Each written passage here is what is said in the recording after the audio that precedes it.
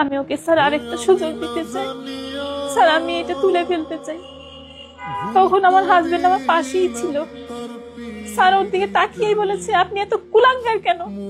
আপনার স্ত্রী আপনাকে জীবন দিয়েছে, নতুন করে একটা কিডনি ডোনেট করেছে, তারপর আপনি তার গায়ে হাত তুলেছেন, আপনি এত কুলাঙ্গার কেন? তো ভেবেছিলাম হয়তো শুধরে গেছে বা শুধরে যাবে, এটা ভেবে ওখানে ও মুচলেখা দিয়ে তারপর আমি ওইটা উঠিয়ে ফেলি অভিযোগটা। তারপরে বাসায় আসি আমরা। বাসায় আসার পরের দিন ঠিক একটা দিনও ভালো ছিল। একটা দিন তার খুব ভালো ভালো কথা, আমি কখনো আর এমন করব না, আমি তোমাকে সময় দিই না, সময় দেবো, এরপর থেকে মোবাইল নিয়ে আর থাকবো না, সেফ একটা দিন এই কথাগুলি বলেছিল। তারপরের দিন থেকে ও আবার শুরু করেছে অকথ্য ভাষায় গালাগালি, তাকে টাকা এনে দিতে হবে, না দিলে আমি বাসার থেকে বের হয়ে যাচ্ছি না কেন, আমি বের হয়ে গেলে ও ওর ব্যবস্থা করে নিতে পারে ভালো মতো, এই ধরনের কথাবার্তা বলে। আর অনেক সিন ক্রিয়েট করে, অনেক।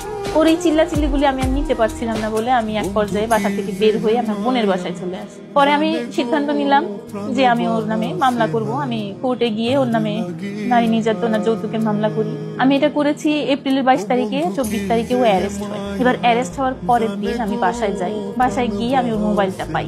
ওর মোবাইলটা থেকে আমি অনেক কিছু এখন জানতে পারলাম নতুন করে, যে ও বিভিন্ন মহিলাদের সাথে কথা বলতো মোবাইলে, বিভিন্ন সময় কথা বলতো।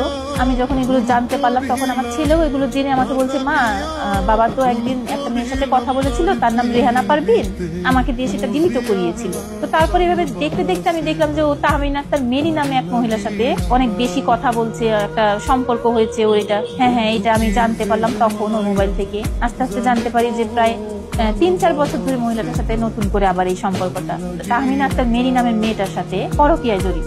এভাবে আমি ওর মোবাইল থেকে কিছু রেকর্ড পাই, আর অন্যান্য বিভিন্ন ভাবেও আমি এই মহিলার কিছু কল রেকর্ড পাই, যেখানে ওই মহিলা বলছে যে তারেক জামিনে আসলেই ওর বাড়িটারি ভবিষ্যতের কোনো দরকার নাই, ওর ছেলেরও দরকার নাই, ওর বাড়িটারি বিক্রি করে আমি আমার কাছে নিয়ে চলে আসবো। এই সমস্ত কথা যখন আমি শুনতে পারি, বিশ্বাস করবেন না, আমি পুরো দুটো দিন মনে হয় সেন্সলেস হয়ে পড়েছিলাম যে এগুলো আমি কি দেখলাম।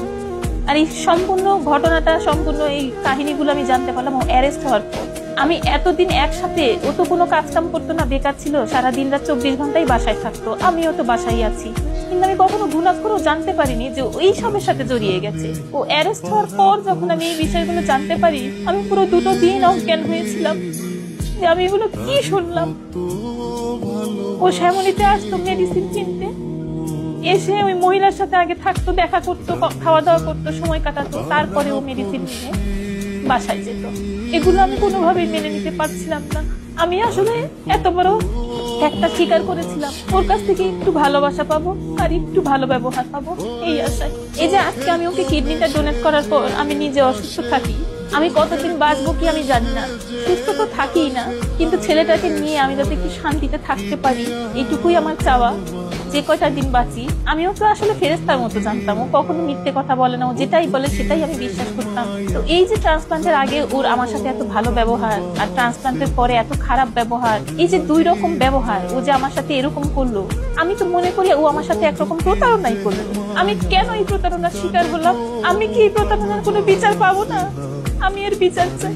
আমি যে এত বছর ওর সংসার চালালাম, ওর চিকিৎসার খরচ চালালাম, এত কষ্ট করলাম, আত্মীয় স্বজনের থেকে হেল্প নিলাম, বিউটি পার্লারের কাজ করলাম, বুটিক্সের কাজ করলাম, এত কষ্ট করে আমি সবকিছু চালালাম এত বছর। আমার সংসারটা 19 বছর, এই 14 ফেব্রুয়ারিতে 19 বছর শেষ, 20 বছরে পড়েছে। আমি তার বিনিময়ে কি পেলাম?